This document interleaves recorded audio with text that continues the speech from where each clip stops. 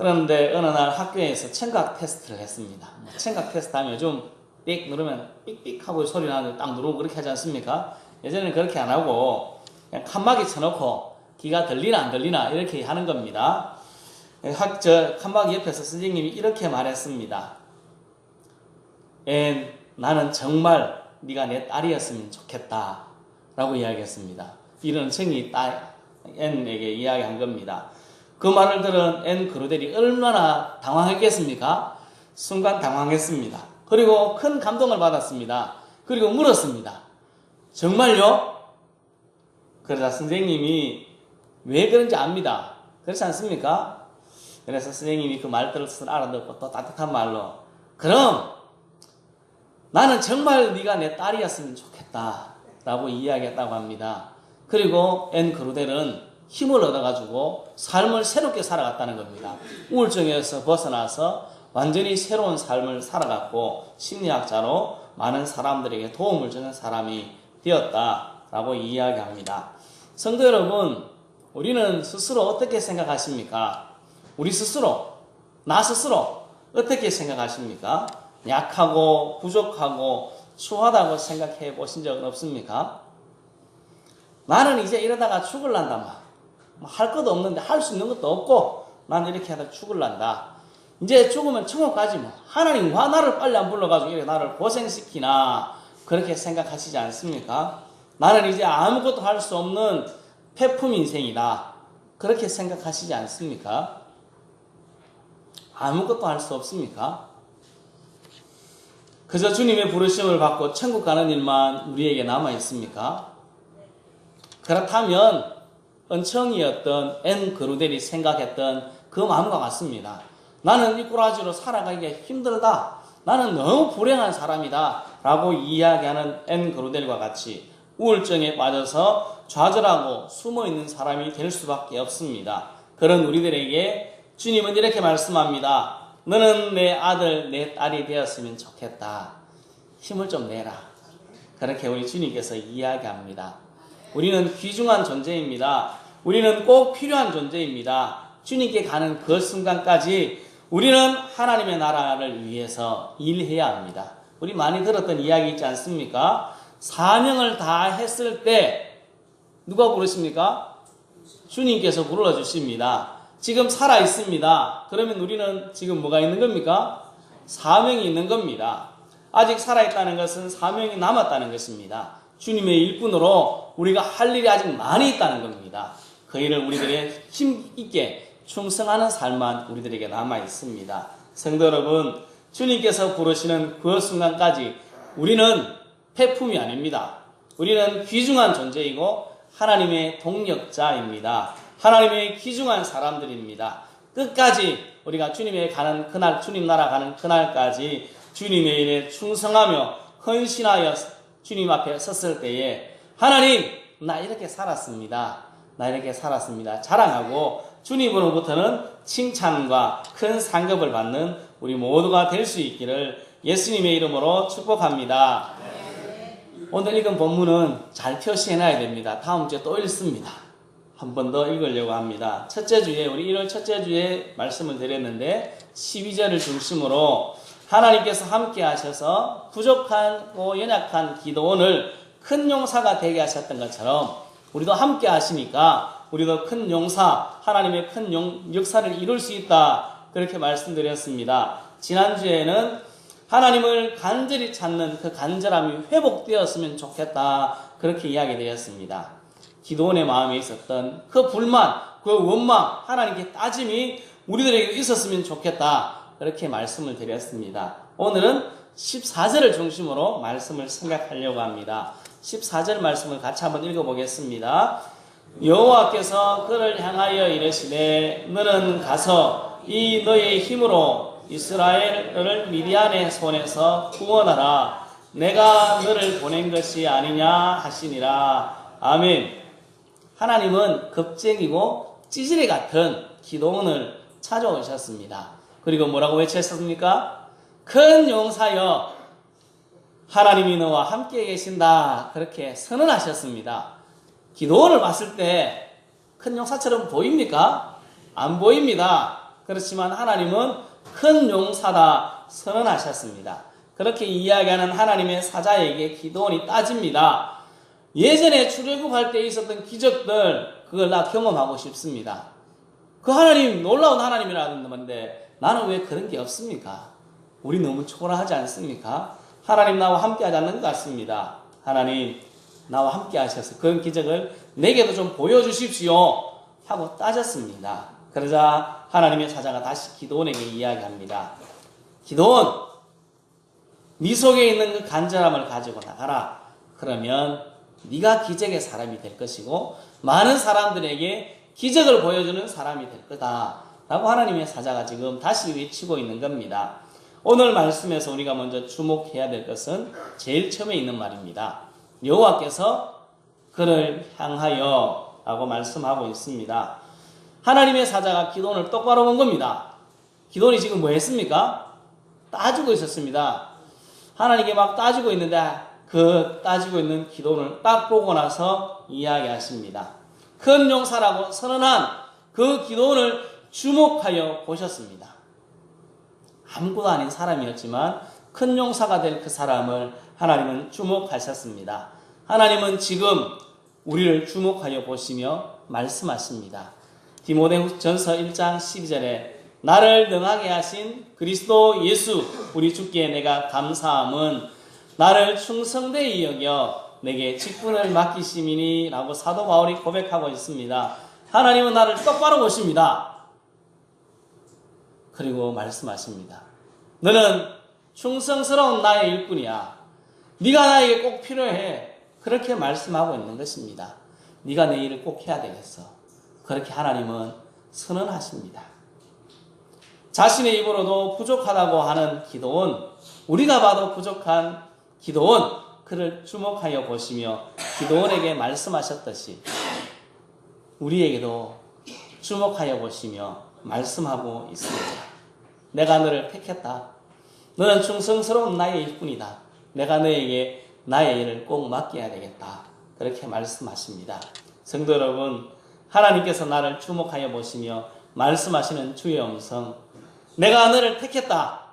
너는 나의 충성스러운 일꾼이다 하는 그 음성을 듣고 하나님의 일에 충성하는 우리 모두가 될 수 있기를 예수님의 이름으로 축복합니다. 하나님께서 기드온을 집중하여 보시며 한 말을 다시 한번 보실까요? 우리를 집중하여 보시는 하나님께서 하시는 그 음성입니다. 14절 말씀을 다시 읽겠습니다.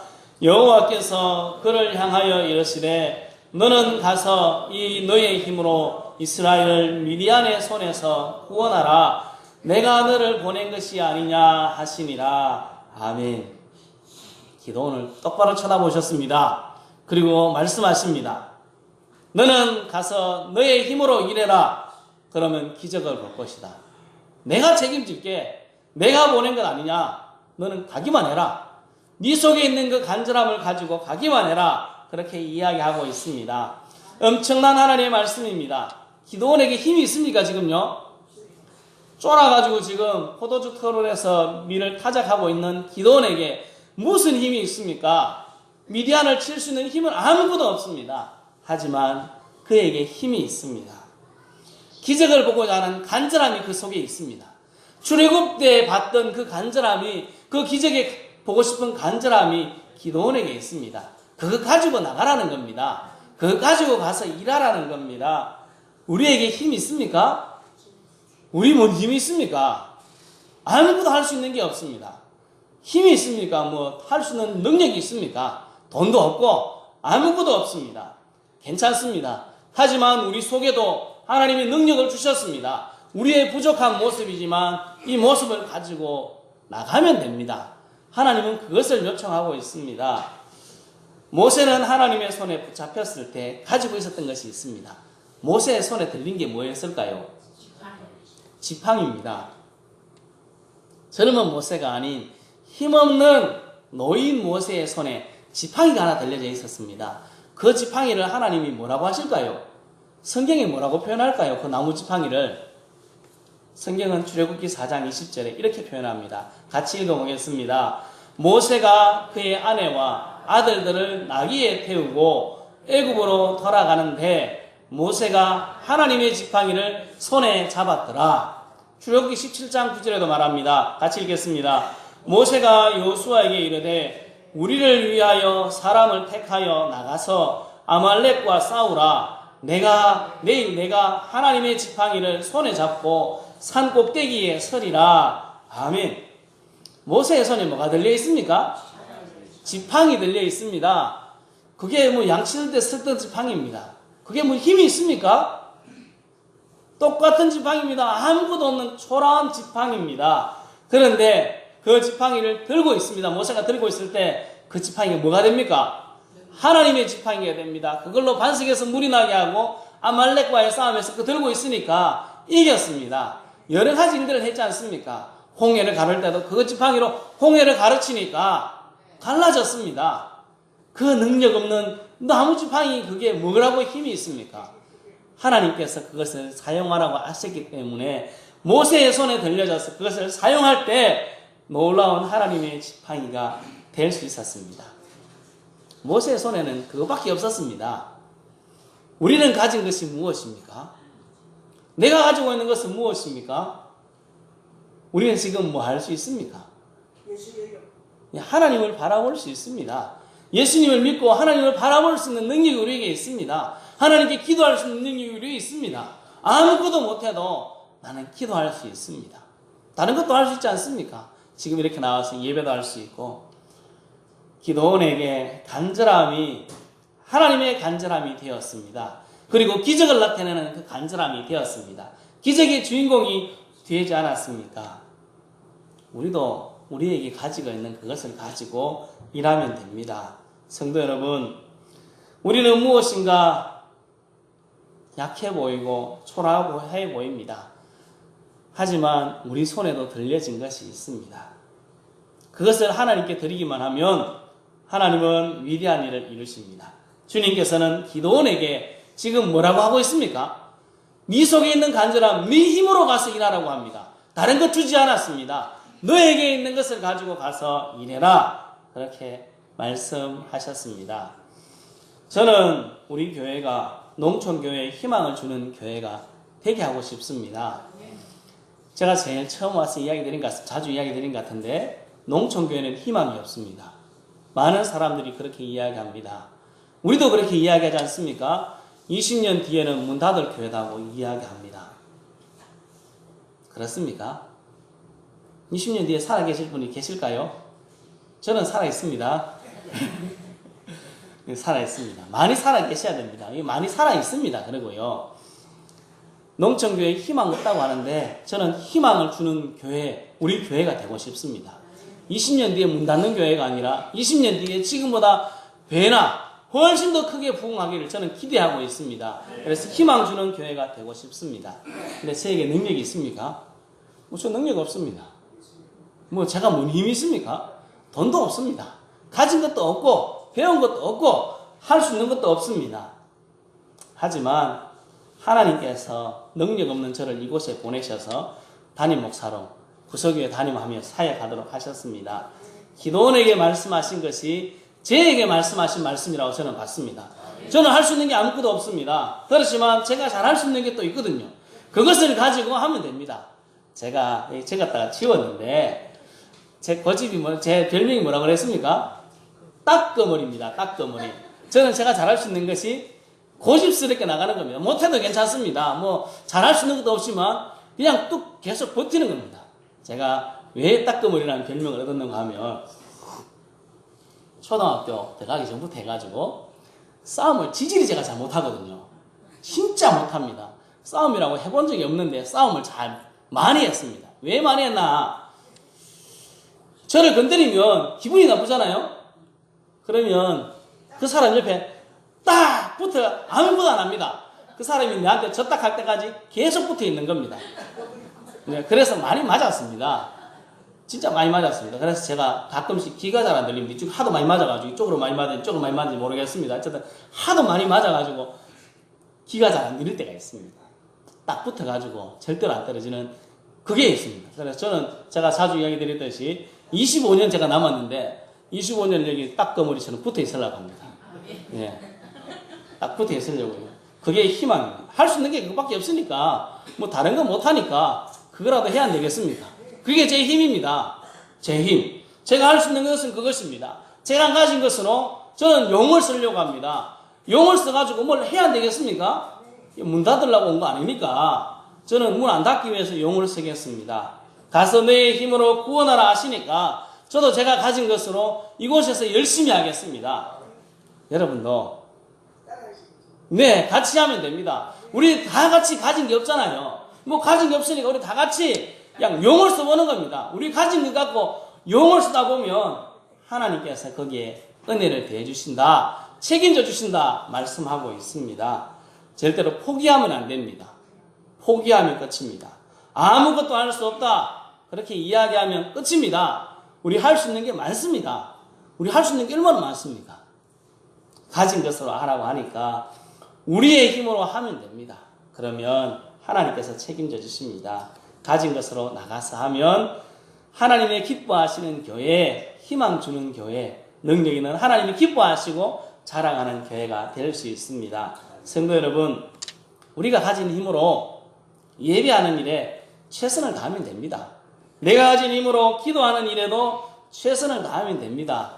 내게 주신 힘으로 봉사하는 일에도 힘쓰면 됩니다. 내가 할 수 있는 만큼 하면 되죠. 중요한 건 그겁니다. 내가 가진 힘으로 전도하는 일에도 열심히 하면 됩니다. 내가 가진 힘으로 헌금하는 일, 내가 할 수 있는 만큼 하면 되지 않습니까? 그게 최선입니다. 그곳에 하나님의 능력이 나타납니다. 기도는 겁나고 쪼그라들 때 많습니다. 성경 우리 기도원 이야기를 읽으면 기도원이 얼마나 겁쟁인지 알 수 있습니다. 겁 엄청 많습니다. 나가라고 하니까 뭐 할 수 있는 게 없거든요. 그래서 쪼그라들어가 가만히 이렇게 머리 숙이고 있습니다. 그때 하나님이 나타나셔서 계속 이야기하고 힘을 주셨던 것처럼 우리도 그렇게 하면 됩니다. 쪼그라들고 힘들 때 있겠죠. 그렇지만 우리 하나님은 우리들에게 말씀합니다. 우리에게 있는, 너에게 있는 그 힘으로 열심히 하면 하나님의 말씀을 경험하고 하나님의 기적을 나타낼 수 있습니다. 기도원이 그랬지 않습니까? 성경에서 괜히 기록했겠습니까? 우리도 그렇게 할 수 있으니까 그렇게 기록했겠죠. 우리는 그 말씀을 믿고 나가기만 하면 됩니다.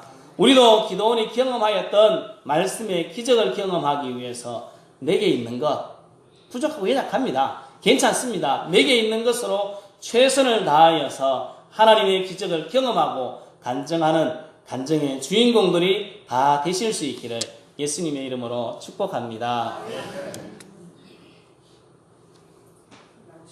나무 심는 겁니다. 깊은 산골짜기에 선생님이 한 명 있었는데 3명의 제자가 있었습니다. 선생님은 산 언덕 위에 묘목을 심어놓고 앞으로 3개월 동안 산 위로 수영하러 갈 때 각자 힘에 맞게 물을 들고 가서 주라 그렇게 이야기했습니다. 이렇게 꼭 이야기하면 제자가 3명이니까 나서는 사람이 있습니다. 힘께 나서는 제자가 이렇게 이야기했습니다. 저는 2통씩 들고 올라가겠습니다. 산 언덕까지요. 그래서 물 주겠습니다. 나무를 그렇게 살리겠습니다. 씩씩한 2번째 제자도 이야기했습니다. 저는 물을 가득 채운 큰 물통 하나를 가지고 가겠습니다. 나는 힘이 그거밖에 안 되니까 그렇게 가지고 가겠습니다. 대신에 하루 2번씩 올라가겠습니다. 앞에 사람이 큰 통 2개 들고 간다니까 2번째 사람이 나는 통 하나에다가 물을 가득 채워서 2번 올라가겠다는 겁니다. 제자가 3명입니다. 3번째 제자가 이야기했습니다. 저는 제가 들 수 있는 만큼 양을 하루 1통씩만 매일 산에 올라갈 때마다 들고 가겠습니다. 이야기했습니다. 이 3명을 보면서 어떤 생각이 드십니까? 3번째 제자는 에이, 그래가 되겠나? 네가 그렇게 살아야 되겠나 하는 손가락질을 받을 수 있는 사람입니다.